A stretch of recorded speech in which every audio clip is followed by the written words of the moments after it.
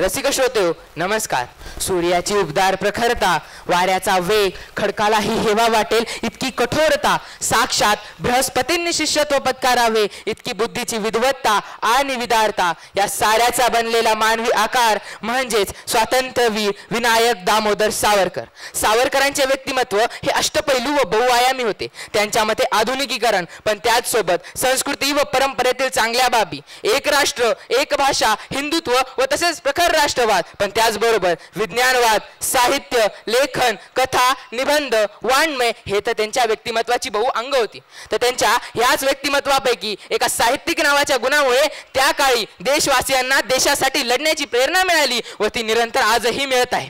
मित्रांनो, त्यांच्या याच शब्दप्रभुत्वावर अर्थातच लेखन साहित्यावर विचारांची मांडणी घालण्यासाठी मी इथं उपस्थित आहे. मी स्पर्धक कोड क्रमांक 22 वीर सावरकर विचार मंच परभणी यांच्या वतीने आयोजित या वक्तृत्व स्पर्धेत विषयाची मांडणी करतो, साहित्यिक सावरकर.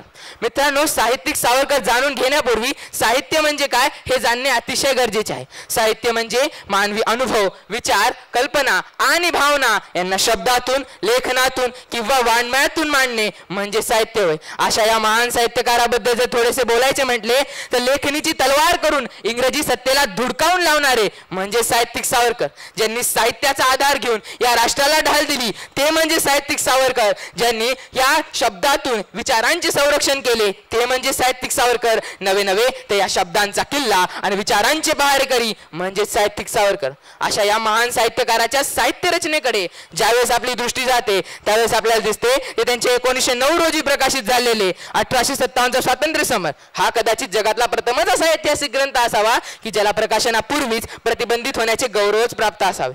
ज्यामध्ये सावरकर असे मानतात की 1857 स्वातंत्र्य समर हे केवळ सैनिकीय बंड नव्हे तर इंग्रजी सत्तेविरुद्ध भारतीयांचा शंखनाद होता, अशी जगाच्या पाठीवर भारताचे मत मांडणारे म्हणजे साहित्यिक सावरकर. 1927 रोजी प्रकाशित झालेले त्यांची गोमांतक, ज्यामध्ये गोवा मुक्ती आंदोलनासाठी व तेथे स्थानिक क्रांतिकार्यामध्ये क्रांतीची ज्योत तेवत ठेवण्यासाठी व त्यांच्यामधली सुप्त आणि गुप्त रूपामधली असलेली अस्मिता पुन्हा जागृत करून देण्याचे कार्य करण्यासाठी आणि पोर्तुगीज सत्ताविरुद्ध परखडरित्या भाष्य करणारी ही काव्यरचना, हीच रचना ज्यावेळेस आपण आपल्या कानावर पडते त्यावेळेस आपल्याला कळते कोण होते साहित्यिक सावरकर. त्याच साली अर्थात 1927 रोजी प्रकाशित झालेली माझी जन्मठेप किंवा काळा पाणी या नावाने ओळखली जाणारी ती अंदमान निकोबारच्या सेल्युलर जेल मधल्या काळ्या कोठडीतून निघालेला प्रकाश म्हणजे माझी जन्मठेप आणि त्या प्रकाशाचा प्रकाशपुंज म्हणजे साहित्यिक सावरकर. परीक्षक महोदय, मला असे वाटते की सावरकरांच्या कविता म्हणजे आवाज नसल्याचा आवाज, विचार नसल्याचे विचार आणि आशा नसल्याची आशा. सुमारे 1921 रोजी प्रकाशित झालेली त्यांची सागरा, ने माझे सीने परत मातृभूमीला, सागरा प्रांत तळमळला ही काव्यरचना ज्यावेळेस आपल्या कानावर पडते त्यावेळेस आपल्याला कळते कोण होते साहित्यिक सावरकर. कळत नकळत डोळ्यातून अश्रू वर्षा व्हायला लागते त्यावेळेस आपल्याला कळते कोण होते साहित्यिक सावरकर. त्यांची 1902 रोजी प्रकाशित झालेली जयोस्तुते, जयोस्तुते जयोस्तुते श्री महन मंगले शिवास्पते शुभते, जयोस्तुते जयोस्तुते श्री महन मंगले शिवास्पते शुभते, तुझ्या साठी मरण ते जनन, तुझ्या वीण जनते मरण, अशी घोषवाक्य ज्यावेळेस आमच्या नवयुवकांच्या नसा नसामधून वाहणाऱ्या रक्तामध्ये ठिणगी पेटवायचे कार्य करते त्यावेळेस आम्हाला कळते कोण होते साहित्यिक सावरकर.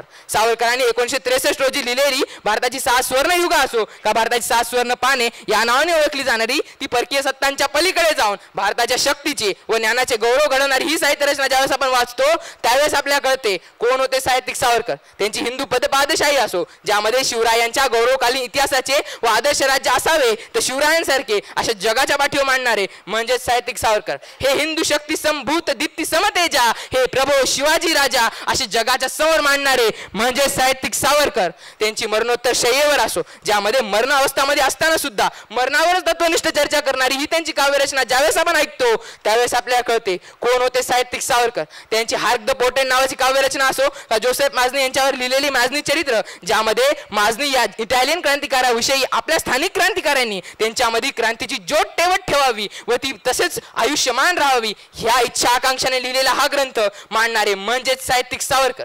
त्यांची संगीत उत्तर तालिका असो का संगीत उषासारखी नाट्य असो, अथांग आणि गरम गरम चिवडा यासारखे लेखन संग्रह असो का बोधिवृक्ष सारखी छोटीशी पुस्तिका असो, मानवाचा देव आणि विश्वाचा देव अशी तुलनात्मक फरक स्पष्ट करणारी त्यांची साहित्य रचना असो का विज्ञाननिष्ठ आणि जाती उच्छेदक निबंध रचना असो, त्यांची कमलासारखी महाकादंबरी असो का रणशिंग सारखी रणशिंग आणि झुंज यासारखी काव्यरचना असो, या त्यांच्या सर्व अर्थात 28 मे 1883 रोजी या जगात प्रथम श्वास घेणारे ते 26 फेब्रुवारी 1966 रोजी या जगाच्या पंचप्राणामध्ये पुन्हा विलीन झालेले, अर्थातच त्यांच्या या 82 वर्षाच्या आयुष्यामधल्या साहित्यांनी त्यांना 82 नव्हे तर 82,000 वर्षापर्यंत जिवंत ठेवण्याचे व त्यानंतरही चिरकाल जिवंत ठेवण्याचे कार्य केलेले आहे. मित्रांनो, आपल्या सर्वांमध्ये एक सावरकर आहे. काही दिवसापूर्वीच आपण गणेश विसर्जनाचा कार्यक्रम अगदी जल्लोषामध्ये साजरी केला आणि त्या ठिकाणी आपण विदेशी गोष्टींचा साज सजावटी असो का अनेक ठिकाणी अनेक कारणास्तव व अनेक परिस्थितीमध्ये वापर केला, ज्यामध्ये त्या काळी सावरकर असे म्हणतात, त्यांच्या साहित्यामध्ये मांडतात की विदेशीची होळी करून स्वदेशीचा पुरस्कार मानणारे म्हणजे साहित्यिक सावरकर.